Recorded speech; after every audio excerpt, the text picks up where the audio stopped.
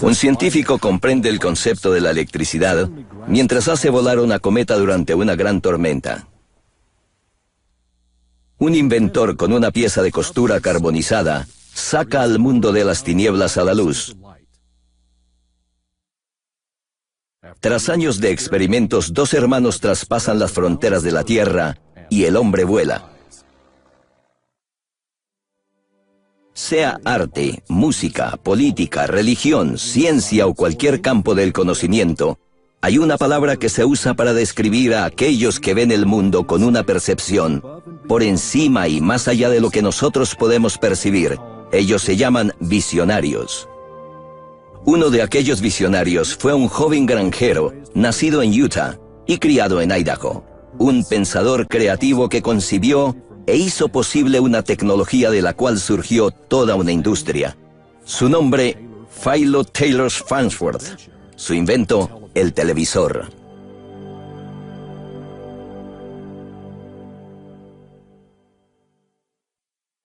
Philo T. Farnsworth nació el 19 de agosto de 1906 en una cabaña en Indian Creek, una pequeña comunidad cerca de Beaver, Utah.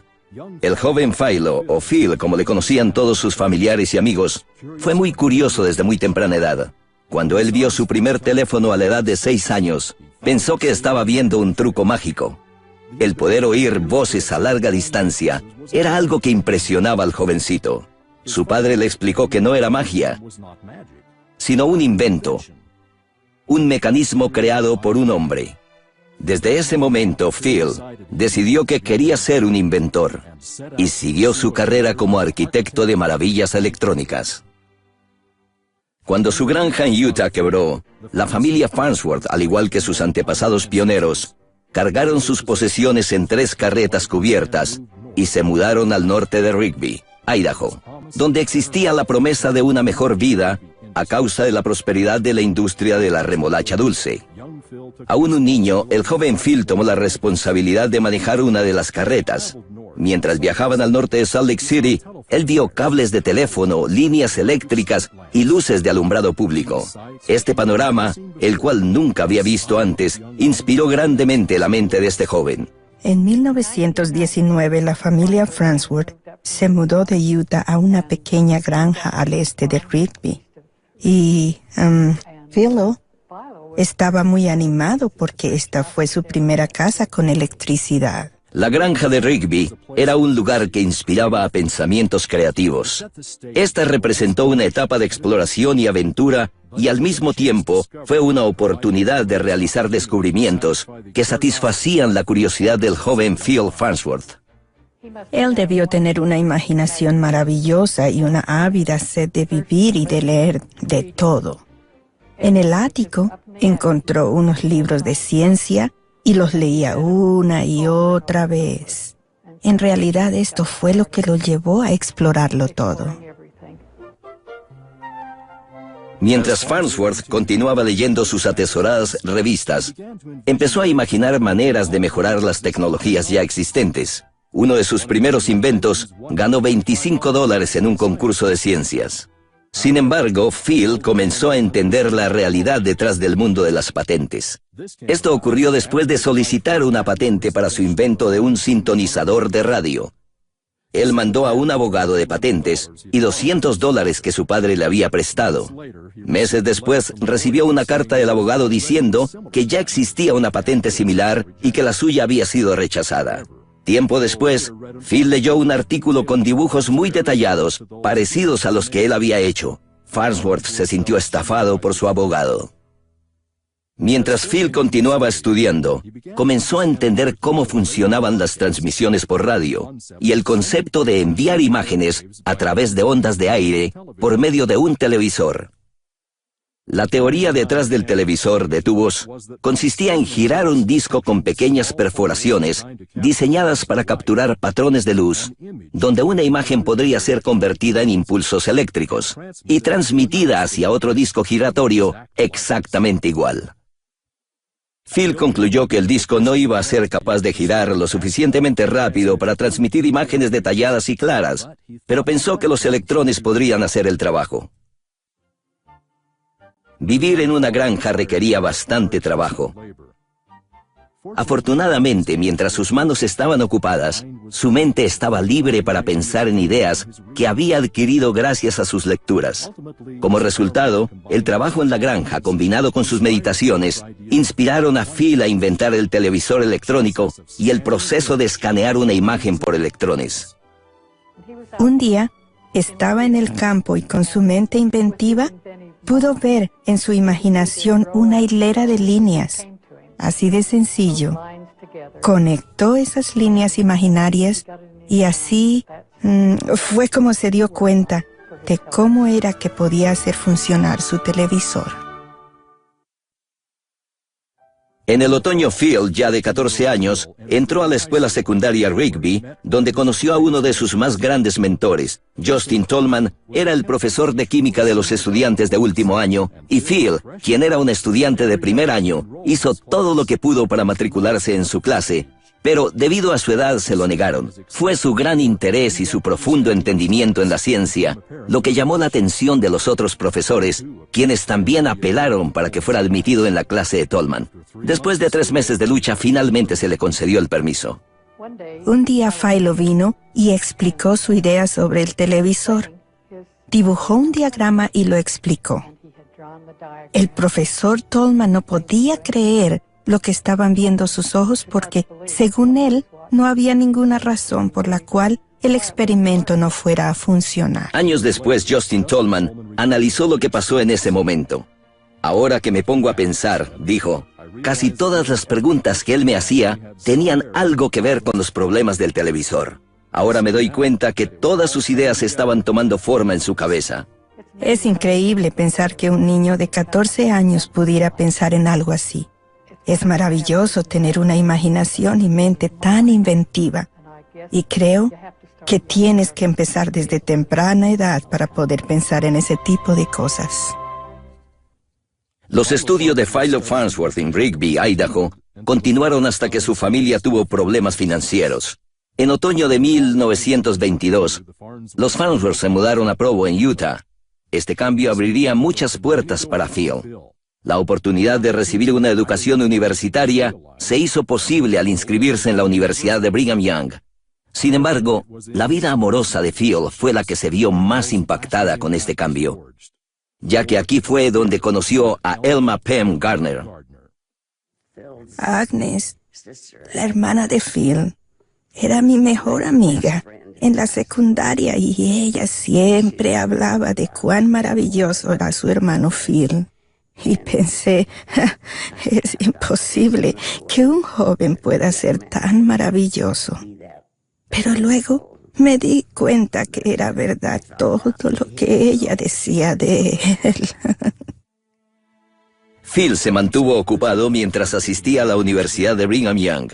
Su vida estaba llena de estudios académicos, actuaciones de teatro e inclusive era conocido por tocar en una banda local. Sin embargo, sus días de estudio en BYU no durarían mucho. Con la muerte de su padre y las dificultades financieras, Phil no pudo con las necesidades económicas de su familia, mucho menos financiar su propia educación, por lo que decidió dejar sus estudios y buscar empleo.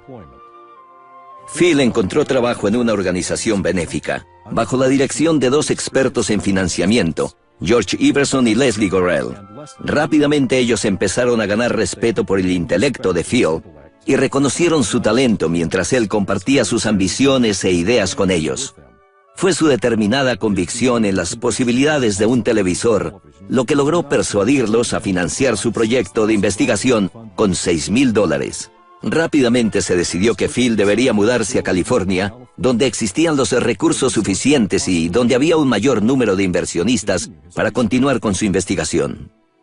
Phil estaba saliendo con Pem Gardner cuando se enteró sobre su inminente mudanza a California, por lo que Phil decidió pedirle matrimonio. Al día siguiente de su matrimonio, Phil y Pem abordaron un tren hacia Los Ángeles, donde comenzarían su nueva vida juntos. Una vez comenzado el trabajo, no todo era juego y diversión para la pareja recién casada. Convirtieron su primer apartamento en un laboratorio, donde Phil empezó a probar sus teorías. Su primer experimento terminó en una humareda, cuando se quemaron los circuitos en uno de sus experimentos. Phil se sentía desalentado, pero su esposa y sus amigos lo alentaban continuamente. A medida que Phil continuaba con sus experimentos, George Iverson buscó más financiamiento. Fue ahí donde encontró un grupo de personas que estaban dispuestas a invertir en el invento de Farnsworth. Ellos pidieron que Phil y Pam se trasladaran a San Francisco, donde se estableció un laboratorio. Junto con su cuñado Cliff Garner y otros técnicos, Phil pasaba incontables horas en el laboratorio, enfrentando las pruebas y errores de toda experimentación científica. Phil me mantenía ocupada buscando libros de ciencia ficción. Un día llegó al laboratorio de la casa y me dijo: Pam, ya no te molestes en buscar libros de ciencia ficción para mí, ya que las cosas que estamos haciendo en el laboratorio son más ciencia ficción que cualquiera de esas historias.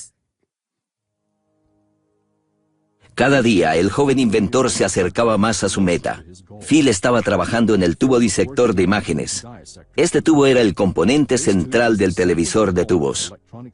Farnsworth y Garner habían creado un mecanismo que captaría una imagen y la transformaría en electrones, los cuales serían convertidos en una imagen exacta en la pantalla receptora. Después de meses de trabajo, finalmente se transmitió la primera imagen el 7 de septiembre de 1927. En el experimento se colocó una lámina de cristal grabada con una línea horizontal en el frente del disector de imágenes. A medida que Farnsworth ajustaba los botones del receptor, la imagen se iba aclarando. Luego giró la línea horizontal 90 grados para mostrar el movimiento. Esto demostró lo que se estaba produciendo era una representación precisa de la lámina de cristal. En poco tiempo se realizaron mejoramientos al experimento. De pronto, el equipo estaba listo para ver si su televisor podía reproducir el movimiento de una persona viva en la pantalla receptora. Esta es la primera imagen transmitida en el televisor. Y esa soy yo. Después de haber transmitido la imagen de su esposa, Phil continuó con sus experimentos, transmitiendo imágenes de sus compañeros de trabajo, de sus hijos y eventualmente de celebridades de Hollywood quienes iban a ver el nuevo invento. Phil utilizaría su éxito para atraer la atención del mayor número posible de inversionistas. Su meta era encontrar a aquellas personas que pudieran ayudarle a producir televisores para las masas. Phil tenía un sentido del humor extraordinario. Recuerdo la primera vez que presentó su experimento ante un gran número de posibles inversionistas para ver qué era lo que Phil había hecho con las imágenes. Así que Phil prendió el televisor y en la pantalla se encontraba un signo de dólar. Y esa fue la primera cosa que ellos vieron cuando vinieron a ver el televisor.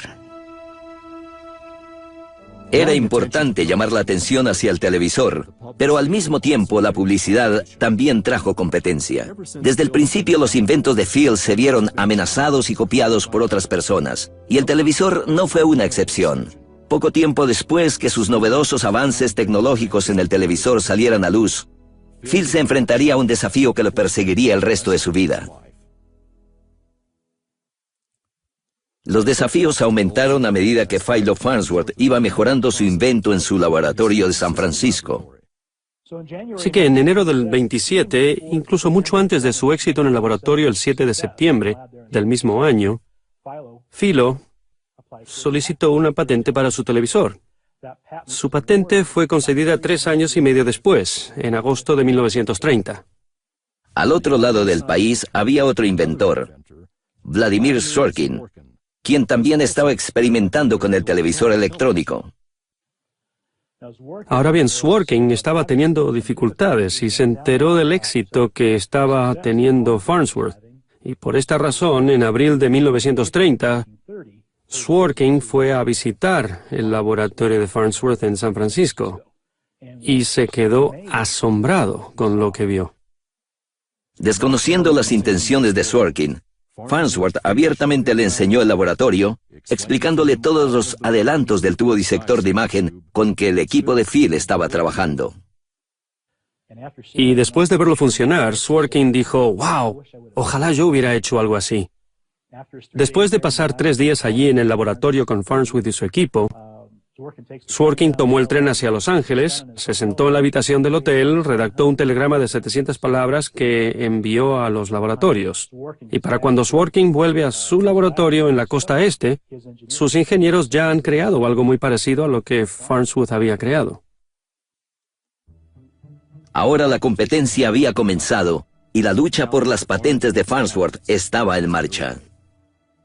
El magnate de los medios de comunicación de los años 30 y también de los años 20 era David Sarnoff de la RCA y de la NBC, y él exigía controlar todo en el mundo de la radiodifusión. De hecho, él decía, como también le decía a la gente, «Yo no tengo úlceras, yo las causo». Así que Sarnoff se enteró de lo que estaba haciendo Sworkin y consiguió que Sworkin fuese a trabajar para él en la RCA. Pero Farnsworth no lo sabía, y cuando Sworkin viajó a San Francisco, este se presentó como representante de Westinghouse, pero en realidad ya estaba trabajando para Sarnoff. En una visita posterior a los laboratorios de Farnsworth, Sworkin y Sarnoff observaron los experimentos de Phil. Sarnoff ofreció a Phil $100,000 por su sistema, los cuales rechazó. Sarnoff miró a Sworkin y le dijo, «Aquí no hay nada para nosotros», y los dos hombres se marcharon. Sin embargo, Vladimir Sworkin siguió muy de cerca el progreso de Philo Farnsworth. Cuando Phil daba un discurso en la Sociedad de Ingenieros, yo siempre estaba ahí. Sworkin nunca desperdiciaba la ocasión de buscarme y sentarse a mi lado. Así que yo procuraba que no hubiera un sitio disponible a mi lado, porque si no, Sworkin intentaría sentarse allí. Aunque el país estaba a las puertas de una depresión económica, a principios de los años 30, la radio estaba en su punto álgido. Con todos los avances que se estaban haciendo en la difusión visual, la televisión no estaba muy lejos. La batalla por el control de la televisión comenzó a hacerse más tensa cuando David Sarnoff y los poderes de la RCA trataron de apoderarse de las patentes de televisión de Philo Farnsworth. Son varias las cosas que realmente salvaron a Farnsworth cuando se trata de las batallas por las patentes que se inició en el 32. Número 1, él conservó un fabuloso diario de todo lo que había hecho en el laboratorio. Aquí es donde Pem entra en acción. Hice de todo, desde barrer el piso a lavar ventanas, pero principalmente aprendí a hacer dibujo técnico. Así que hice los dibujos y sus notas. Las notas se encuadernaban cada año. Entonces, cuando terminábamos un año, todo el trabajo de ese año se encuadernaba para sus registros. Número 2 fue que su abogado, David Lippenkopf, presentó una patente bien sólida allá en el año 1927. Él sabía lo que estaba haciendo. El tercer punto sería el maestro de química de la escuela secundaria de Farnsworth, Justin Tolman, de la escuela Rigby. Cuando se llegó a las batallas legales, y las batallas de patentes son un poco diferentes, básicamente lo que los abogados hacían era crear más y más papeleo y revisar documentos y otras cosas. Cuando el abogado de Farnsworth y el abogado de Sarnoff vieron a Tolman en Salt Lake City, Tolman tenía justo lo que hacía falta para detener a Sarnoff. Precisamente tenía un documento del año 1922 que el joven Philo Farnsworth había dibujado de su sistema de televisión para el señor Tolman. Cuando el abogado de Sarnoff lo vio, miró al abogado de Farnsworth y sabía que la batalla se había acabado. Así que los tribunales de patentes dictaron a favor de Farnsworth. Esta fue la primera vez que Sarnoff y la RCA tuvieron que pagar una tarifa por licencia a otra entidad. El triunfo de Farnsworth duró poco, ya que Estados Unidos entró en la Segunda Guerra Mundial. December 7, 1941, a date which will live in infamy. Al necesitarse todos los recursos posibles para la guerra, el presidente Franklin D. Roosevelt ordenó detener la producción del televisor. Aunque este revés alejó a Philo de la televisión, no lo detuvo de seguir investigando e inventando. Durante la guerra desempeñó un papel decisivo en mejorar las comunicaciones de las operaciones militares del gobierno estadounidense. Farnsworth estaba trabajando con lo que se conocía como los tubos Klystron. Durante la creación de los primeros tubos de Klystron, Farnsworth se dio cuenta que se podían usar para radares, de manera que el ejército de Estados Unidos utilizó estos aparatos que Farnsworth había creado para, más que todo, interferir los radares nazis, especialmente durante la invasión de Normandía, el conocido Día D. Al terminar la guerra, la vida en los Estados Unidos volvió a la normalidad. Sin embargo, se avecinaban grandes cambios. Uno de ellos era que ahora la gente podría disfrutar del entretenimiento en el confort de su propio hogar mediante el nuevo invento del televisor. Aunque la pequeña pantalla prometía un brillante futuro, las luchas de Farnsworth no se habían acabado. Después de terminar la guerra en 1945, a Farnsworth solo le quedaban 2 años de patente. Una patente es válida por 17 años, así que sus patentes se iban a vencer en 1947. Otro golpe para Farnsworth fue que la FCC mandó poco después de la guerra que los televisores tenían que escanear a 525 líneas. Y en aquel entonces Farnsworth estaba trabajando con una versión que solo escaneaba a 400 o 440 líneas. Así que más o menos levantó los brazos y dijo: ya no quiero luchar más con esto, y simplemente lo dejó todo. Al apagarse su motivación de seguir trabajando en el campo de la televisión, Phil dirigió sus esfuerzos en otras direcciones. Phil trabajó en muchas cosas, incluyendo la fusión nuclear.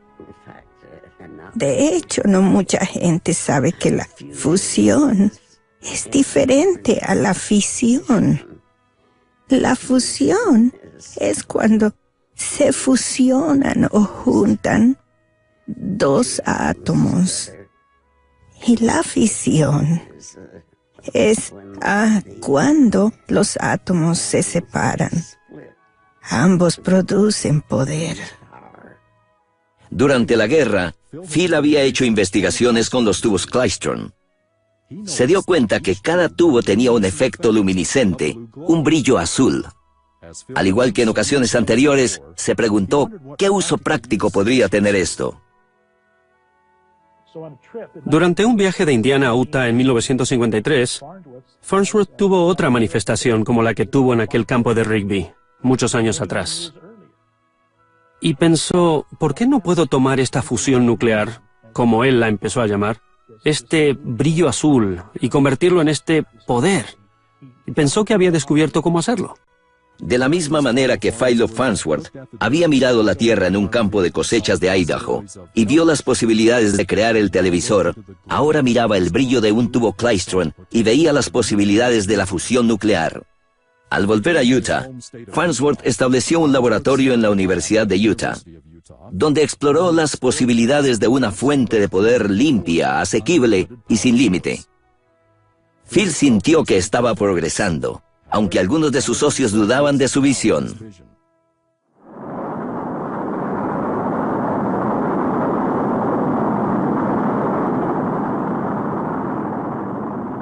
A Philo Farnsworth siempre le había interesado la ciencia ficción y los viajes espaciales.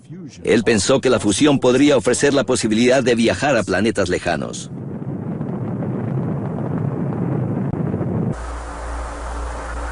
I'm going to step off the limb now. That's one small step for man, one giant leap for mankind. Recuerdo algunas cosas que dijo cuando aterrizaron en la luna.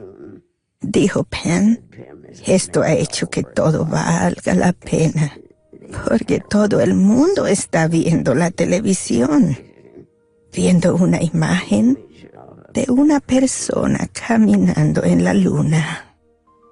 Philo Farnsworth nunca pudo desarrollar plenamente sus teorías de la fusión nuclear, pero se sintió satisfecho al saber que tras años de fallidos experimentos, batallas legales, angustias y penas, su invento, el televisor, fue el medio para unir al mundo, aunque haya sido por un breve momento en el verano de 1969.